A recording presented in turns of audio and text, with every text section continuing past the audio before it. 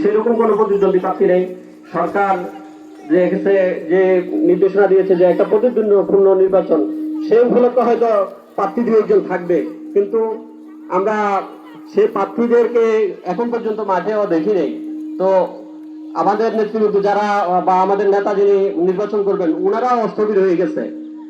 তো এই পর্যায়ে আমরা বলতে চাই যে উপরে যারা লালমাই উপজেলায় যারা নেতৃবৃন্দ আমাদেরকে রাজনীতিটা পরিচালনা করে, তারা আমাদের দিকে যদি আরো ভালোভাবে দৃষ্টি রাখে, তাহলে সামনের দিকে আমরা দলটাকে আরো সুন্দরভাবে গুছিয়ে নিতে পারবো। এই মহান বিজয় দিবসে আমি সবাইকে মুজিবুর শুভেচ্ছা জানিয়ে আমার সংক্ষিপ্ত বক্তব্য এখানে শেষ। লীগের সদস্য সচিব জনাব আব্দুল কাইম সাহেবকে পরিচিত হওয়ার জন্য উদাত্ত আহ্বান জানাচ্ছি। কাইম ভাই কোথায় আছেন? উনি হলো আমাদের বেলগাঁও দক্ষিণ ইউনিয়ন আওয়ামী লীগ মৎস্যজীবী লীগের সদস্য সচিব। সম্মানিত উপস্থিতি, এখন আমাদের সামনে বক্তব্য রাখবেন বেলগাঁও দক্ষিণ ইউনিয়নের সংগ্রামী যুবলীগের সভাপতি জনাব হারুন রশিদ হারুন ভাই। হারুন ভাই একটু অসুস্থতা বোধ করতেছে, এখন কথা বলবেন সাধারণ সম্পাদক যুবলীগের বাবু জনাব আলহাজ আব্দুল মান্নান মনু। আমাদের মাঝে আরো উপস্থিত আছেন ৮ নং দক্ষিণ বেলগাঁও ইউনিয়ন পরিষদের সম্মানিত চেয়ারম্যান আওয়ামী লীগের সহসভাপতি জনাব লিয়াকত হোসেন গাজী কাকা সাহেব।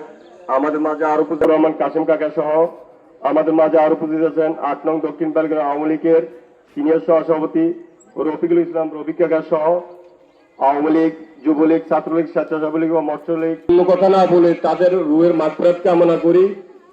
এই কথা বলে যুবলীগ।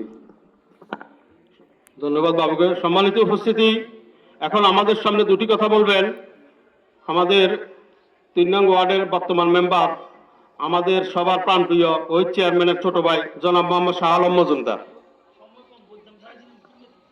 সম্মানিত সভাপতি, বিভিন্ন অঙ্গ সংগঠনের নেতৃবৃন্দ, বিজয় মাস আমরা আসলে আমাদেরকে যারা বিজয় দিয়ে গেছে তারা না, চেয়ারম্যান শামসুল চেয়ারম্যান বিভক্ত হয়েছিল না, তারাই এই দলটাকে আমাদের হাতে দিয়ে গেছেন। আমাদের পরবর্তী পর্যায়ে যারা আমাদের নেতৃত্ববৃন্দ আছেন তাদেরকে নিয়ে আমরা একসাথে মিলেমিশে এখন পর্যন্ত